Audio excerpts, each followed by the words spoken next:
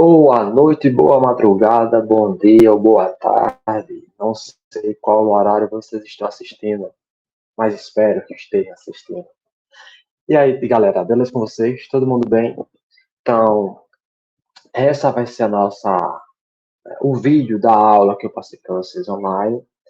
E aconselho que vocês assistam, né, com um caderno aí para fazer anotar a dúvida que porventura ainda persista, porque quando for na aula presencial, a gente vai tirar um minutinho da aula para esclarecer essas dúvidas e logo em seguida fazer a atividade que você vai saber aqui no final, qual vai ser a atividade. Certo? Então, hoje a gente vai falar sobre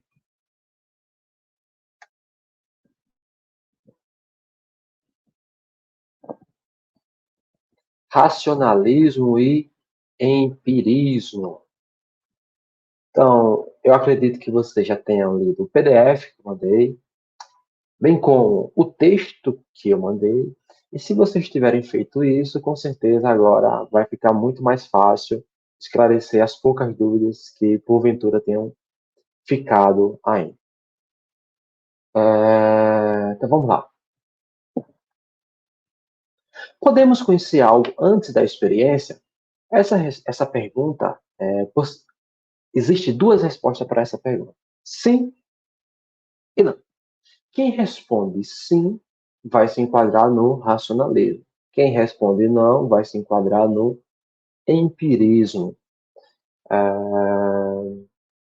Então vamos começar falando do racionalismo. O que é o racionalismo? É uma corrente, né? Faz parte da filosofia que vai dar privilégio sempre à razão, pelo pensamento lógico. Ele sempre vai dar prioridade à nossa capacidade de raciocinar logicamente, de forma racional. Então, é a doutrina que vai privilegiar a razão como meio de se obter um conhecimento acerca da realidade, que a gente poderá explicar a realidade se a gente privilegiar a nossa capacidade cognitiva racional. Então, a palavra racionalismo, né, vem de ratio, do latim, que significa razão. Então, racionalismo, razão. O racionalismo acredita que existe um conhecimento inato. Então, talvez vocês tenham ficado na dúvida nisso. O que significa inato? Inato significa nascer com. Então, se existe conhecimentos inatos, é porque a gente já nasceu com esses conhecimentos, com essas ideias aqui. Assim como a gente nasce com braços, dedos, nariz, orelha, a gente também nasce com conhecimentos inatos, com ideias inatas. É isso que o racionalismo, ou boa parte do racionalismo, vai defender. E que, portanto, a gente pode chegar à verdade apenas pelo exercício de nossa razão. Então, a gente não precisa dos olhos, dos ouvidos, do tato, do olfato, do paladar, de nada para conhecer o mundo. A gente apenas, através da nossa capacidade racional, de raciocínio, a gente consegue compreender todo o mundo ao nosso redor, independente das experiências sensoriais. Certo? Tranquilo? Então vamos para frente. Mas já nascemos com essas ideias? Se a gente nascer com elas, é óbvio que a gente vai poder conhecer o mundo independente da experiência, apenas usando a nossa razão. Mas a gente já nasce com ela? Então, vou fazer uma pergunta para vocês. O que é um triângulo? O que é um triângulo? O que é um triângulo? Ora, a gente precisa ver um triângulo para saber o que significa a palavra triângulo? Dirá os racionalistas que não. Porque olha qual é a combinação dessa palavra. Tri, que significa três, e ângulo, né? O encontro entre duas retas. Esse aqui vai dar um ângulo mais fechado, um ângulo mais aberto, mas isso é um ângulo. Então, Que tipo de figura poderia existir que não essa daqui, que possui três ângulos? A única figura possível para um triângulo é essa daqui. Então, pelo simples poder do meu raciocinar, eu consigo entender que um triângulo não poderia ter nenhuma outra forma que não a que tem. A gente não precisa ver para saber se é triângulo, é porque vai ter três ângulos. Da mesma coisa da matemática, eu não preciso ver duas bananas, eu não preciso ver quatro bananas, ou quatro dedos, ou dois dedos, ou um dedo. Eu preciso apenas entender o que é o um, o que é o dois, o que é o mais, o que é o menos, e para isso eu não preciso da experiência.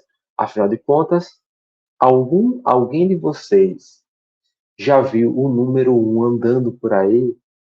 A subtração andando de ônibus, a multiplicação andando de metrô? Óbvio que não. A gente não vê isso. Isso é apenas algo que a gente compreende, que a gente entende graças à nossa razão. Outro exemplo de uma ideia que seria inata. Duas coisas iguais a uma terceira são iguais entre si. Eita, professor, agora entendi foi nada. Então veja bem, duas coisas iguais a uma terceira coisa, eu posso dizer que essas coisas são iguais entre si, que elas todas são iguais. Isso é lógico ou não? Se essas duas são iguais a uma outra coisa, então essas três coisas são iguais entre si. Eu não preciso saber nem que coisa é. Eu preciso saber se duas coisas são iguais a uma outra, todas serão iguais. Ponto final.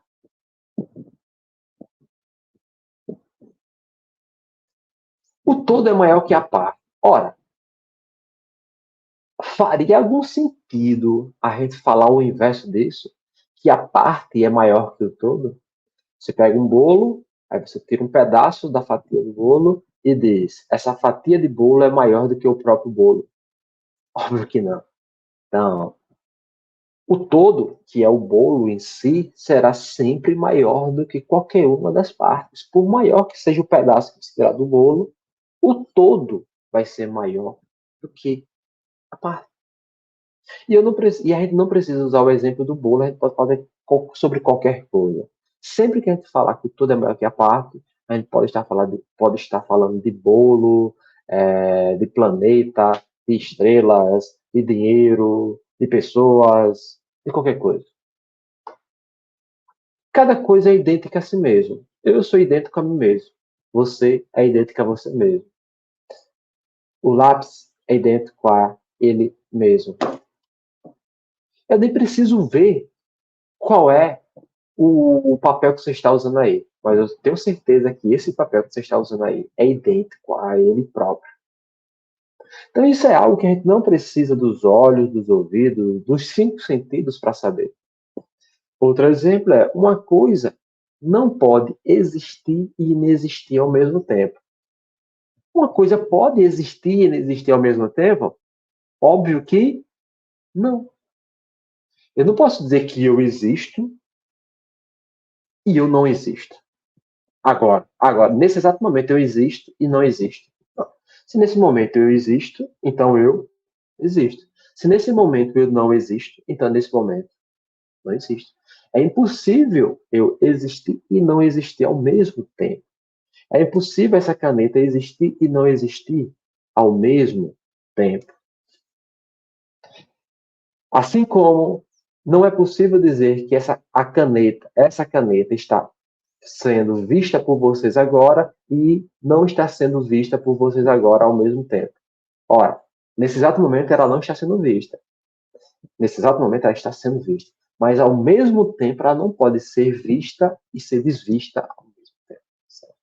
Mas não precisa da experiência para saber isso. Então dirá os racionalistas que todos esses são exemplos de raciocínio a priori. O que é um raciocínio a priori? Um raciocínio que vem antes da experiência, que é anterior a toda experiência possível, a toda experiência qualquer. que a gente não precisa da experiência para saber que certas coisas são verdades absolutas, são verdades inquestionáveis, são verdades lógicas, são verdades racionais. Portanto, são inatas. A gente já nasce com. Faz sentido? Tá fazendo sentido? Tá ficando mais claro agora? Então, ó, um exemplo de um racionalista. A gente já viu um nas aulas presenciais. A gente já viu um. Vocês sabem qual é? Qual dos dois? Hegel e Descartes se encaixa no racionalismo. A gente vai ver um racionalista agora, Leibniz.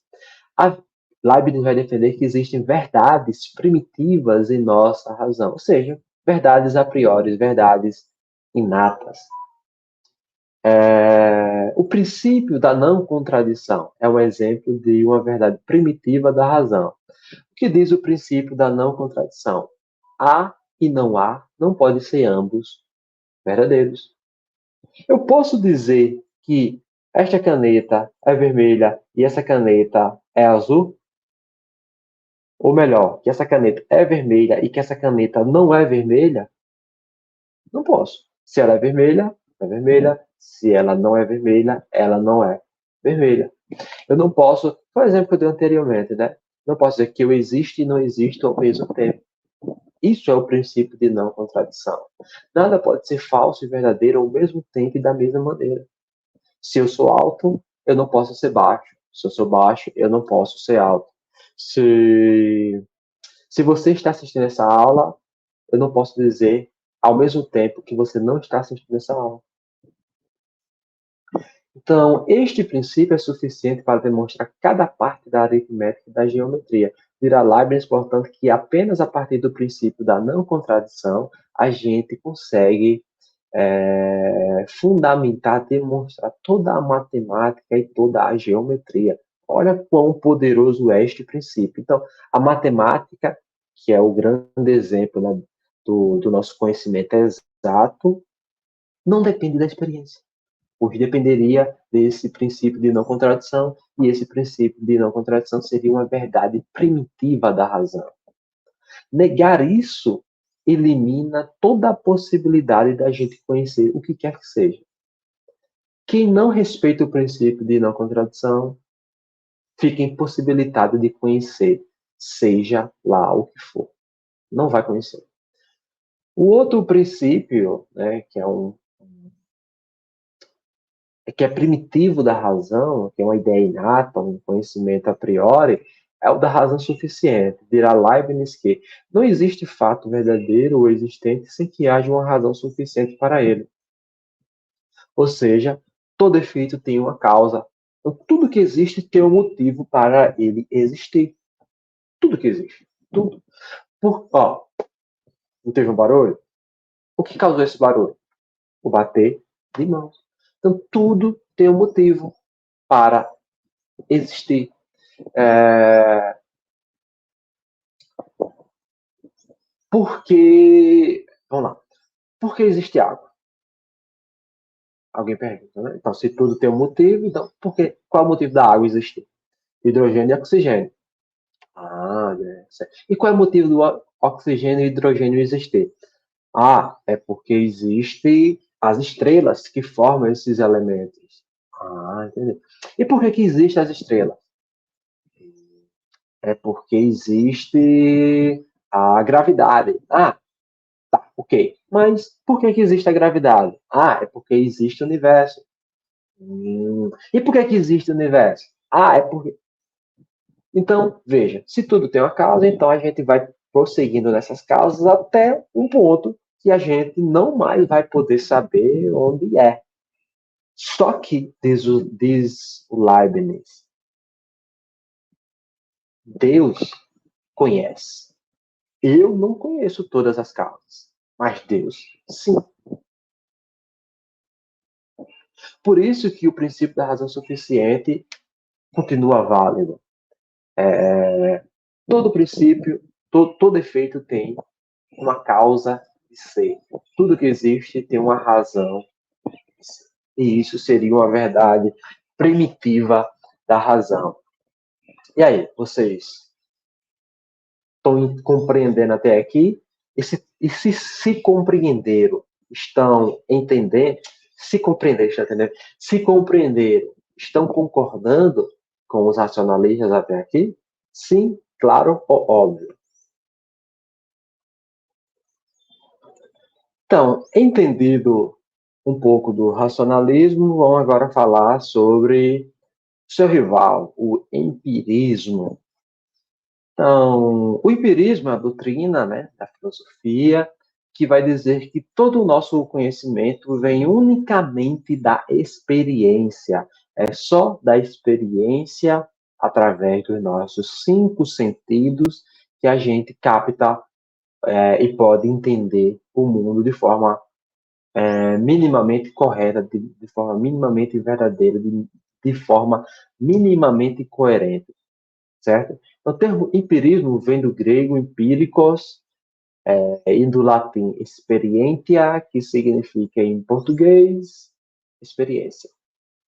O empirismo na filosofia da ciência enfatiza a evidência empírica, ou seja, que para a gente ter certeza de algo, a gente precisa ter uma evidência. E essa evidência tem que ser o quê? Racional? Não, essa evidência tem que ser uma evidência do mundo, um fato, algo testemunhado pelos experimentos científicos, pelos nossos olhos, nossos ouvidos, pela comunidade científica.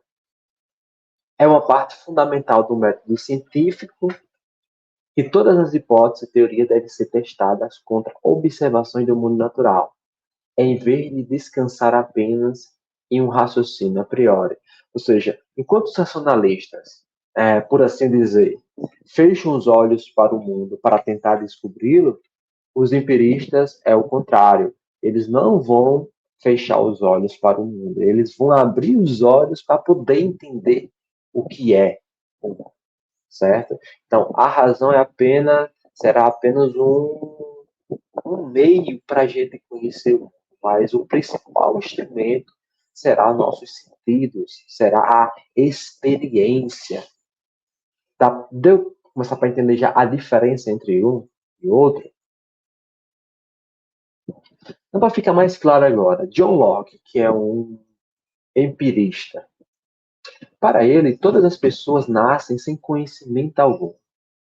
E todo o processo do conhecer é aprendido através da experiência. Então, é daí que surge a teoria dele da tábula rasa, que é uma tábula rasa. O homem nasceria como uma folha em branco, que com o passar do tempo, e a partir do momento em que começa a enxergar o mundo, a escutar o mundo, a cheirar o mundo, a tocar o mundo, aconteceria o que? Essa folha começaria a ser preenchida com nossas experiências. Portanto, a gente nasce sem nada de conhecimento, sem nada de ideia, e apenas a experiência começa a preencher essa folha essa folha. Então, essa doutrina, né, essa ideia da tábula rasa, ela foi muito importante para a filosofia do conhecimento, mas não só, ela também foi importante para a filosofia política. Por que ela foi importante para a filosofia política? Ora, é, no tempo dele, né, no tempo das monarquias,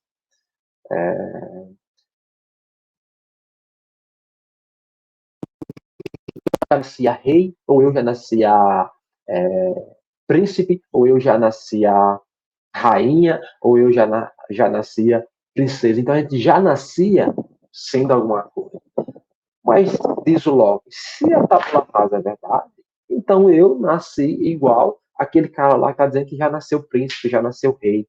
Então, segundo Locke, ninguém nasce rei, ninguém nasce príncipe, ninguém nasce rainha, ninguém nasce herdeiro. Não, herdeiro a gente pode nascer. Mas príncipe, rei, ou presidente, o primeiro, ninguém nasce político, né, por assim dizer, ninguém nasce com esse poder político. Tudo isso é uma construção da sociedade, dos seres humanos. Portanto,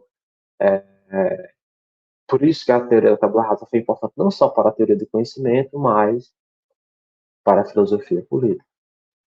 Então, com isso, ele estava criticando o absolutismo, né, das monarquias do tempo dele, no qual atribuía, dizia que existia um direito divino de governar, e esse direito divino era inato, era o sangue real da família, até hoje é o sangue real da família.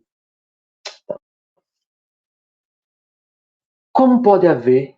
Aí, para justificar a teoria da tábula rasa dele, ele pergunta: como é que pode haver verdades universais que valem em todo o universo e a maior parte das pessoas, dos homens, sequer chegaram a pensá-las?